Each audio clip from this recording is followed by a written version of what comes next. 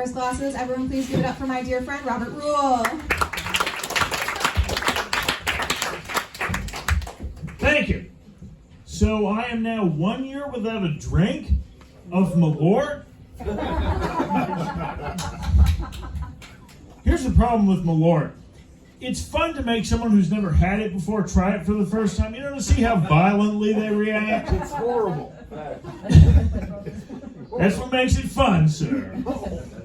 But here's the thing, it's not worth drinking it yourself and drinking so much of it that you end up waking up in an apartment building that you don't live in and you find out that you tried to pick a fight with a set of wooden stairs. So, I am now an ordained comedian?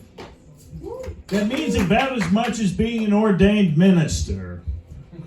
Here's the thing, we all know that being an ordained minister can't be that much of an accomplishment if Kid Rock can do it. So, I like to write, so I do a lot of writing for my stand-up act, and sometimes I'll write in the public library. One time, I overheard a young female librarian helping a much older gentleman set up an online dating profile. And she actually had to tell him, well, 18's the youngest you're allowed to pick.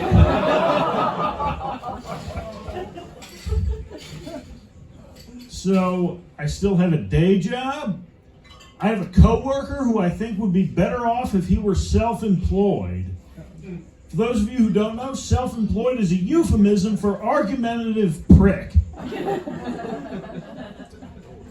I have another coworker who's kind of funny. She won't say bad words, but she'll spell them. She'll come up to me and be like, Robert, I'm sorry to be a pain in the ASS, but you have a mistake on your spreadsheet.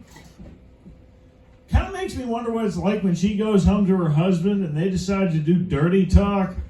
Is she lying there like, yes, honey, lick my P-U-S-S-Y, squeeze my B-O-O-B-S, give me all that C-O-C-K. And then later, after they finish, if he says, oh, baby, you're so fucking awesome, does she hit him and say, watch your mouth, and spank my ASS? I have another coworker who, when the COVID vaccine came out, he was hesitant to get it. He was like, I'm not getting that vaccine right away, man. There could be side effects. I got to do my research. Motherfucker, you barely do your job. You're not going to go home and do research. Don't kid yourself. You're 45, and the other day you were telling me that you were excited to go home because apparently Hulu had added Ren and Stimpy. So I have a cousin who's woke. She's funny, because in the same conversation, she'll talk about how bad white supremacy is, but then a little later she'll say, I can't wait to binge watch every Disney animated classic. Fuck Disney. I hate Disney. I hate the way Disney basically tells people how to raise their kids. People have said to me, oh my God, Robert, you never went to Disney World? You didn't have a childhood. Why? Because I never shook hands with some disappointed theater major in a stupid costume? Listen, I went to plenty of minor league baseball games growing up. I think I got that covered. I might never have gotten a hug from Mickey Mouse, but I got plenty of high fives from Splash the Sea Serpent.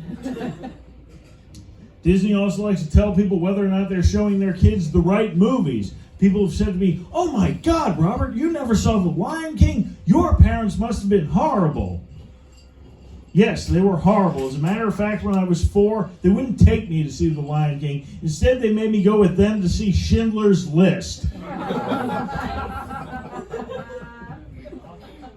So, when I was a kid, someone at school asked me, hey, Robert, what religion are you, Catholic or Methodist?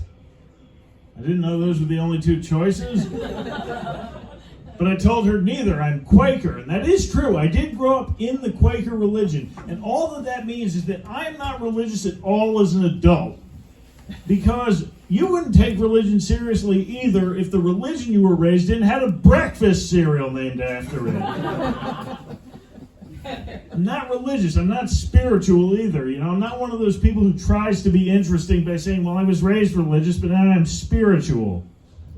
I feel like that's just like saying, well, I used to be a cokehead, now I just steal my nephew's Adderall. So some people think it's weird that I'm not religious because when I was growing up, I had a near-death experience. When I was 12, I was in a near-fatal car accident.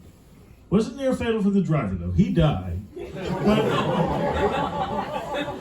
I gotta tell you, I think the worst part of that whole experience for me had to be going back to school because kids thought they could just ask me anything they wanted to. They would say things to me like, Robert, what was it like being in a coma?